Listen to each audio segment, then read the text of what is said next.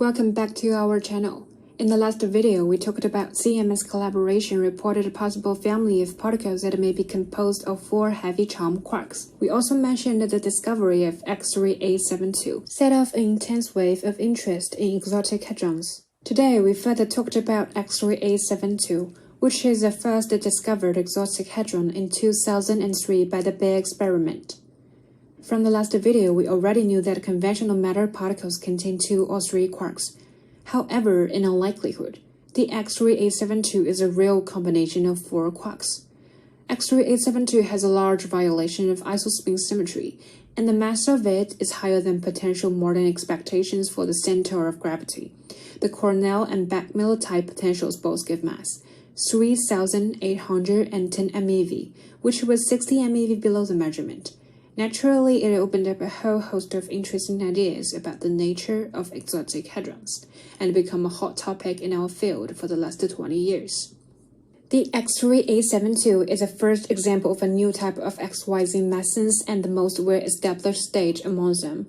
Over the subsequent years, it was confirmed by CDF, D0, and Barbar, leading to investigation of numerous XYZ particles and sparkling a great deal of theoretical interest. Actually, before the official confirmation of X3A72 by Bayer collaboration, Barbar collaboration already saw a hint of X3A72, the mass of which was 3.866 GeV in an internal meeting in June 2003. Those statistics of this 3.866 GeV enhancement stopped them from publication.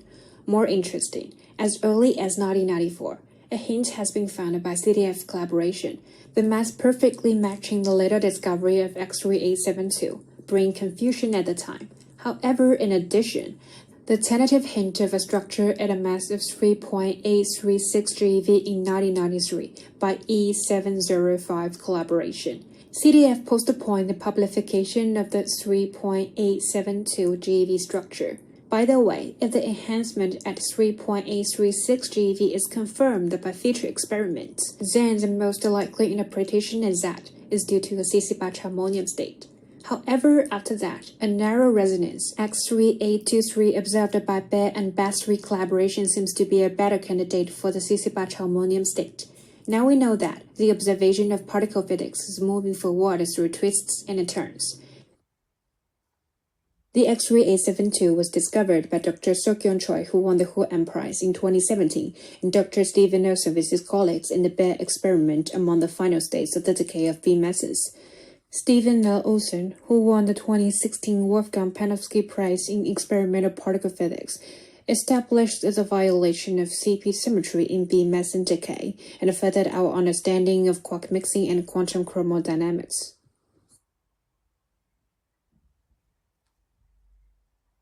Can you talk about how did you discover the particle X3A72? Sure. In the Bell experiment, our goal was to find CP violation in the B meson. And for that, we had to select B meson decays that were very special.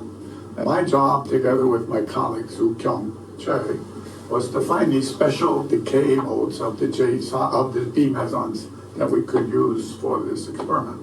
And one of them is B goes to K psi prime, and the psi prime goes to pi plus pi minus J psi. We studied these events and decided which way we could get the most events with the least background. And while we were doing this, we kept data that was not just at the psi prime mass, but we kept data that was below the psi prime mass and above the psi prime mass. In the later part of year 2000, we had a psi prime signal, and then we saw at about 180 MeV higher, we saw a small peak of events. It wasn't big enough to make a claim of discovery or something, but it was a definite peak.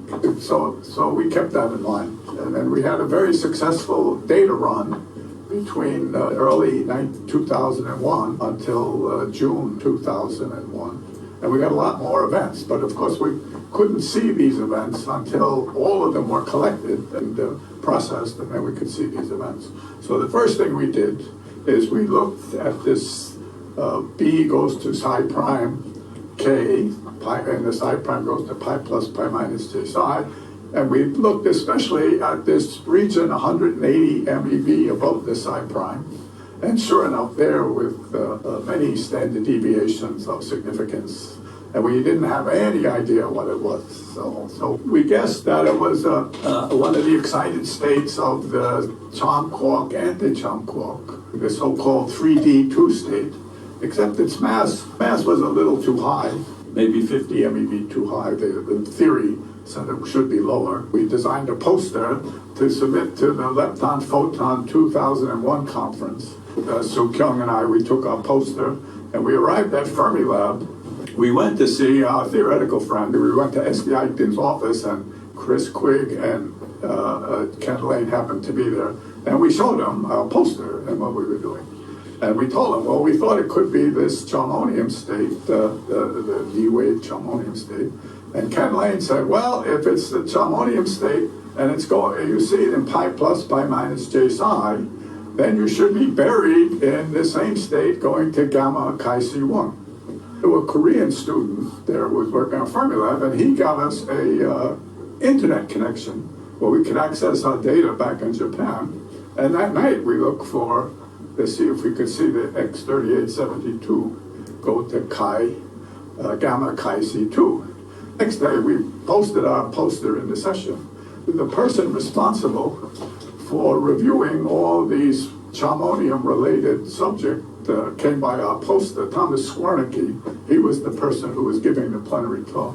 He came by our poster, and we had a long conversation about this, and he realized that there must be something new too. But he had already prepared his talk, and his talk was the next day, and it was too late for him to make major, because he already had filled up a talk prepared that filled up all its allotted time. And it turned out in the session where he spoke, I was the chairman of the session. So Thomas gave this review talk of charmonium, all the books in the past year on charmonium. And then when he ran out of time, he said, well, I just learned some new results from the Bell experiment last night, and they're very interesting if I would have enough time to explain them. And so I was the chairman. I said, Thomas, take all the time. And then Thomas, he made a very nice 5-minute presentation. It was pointed out all the reasons the X3872 were an interesting poly. That was the story. It was.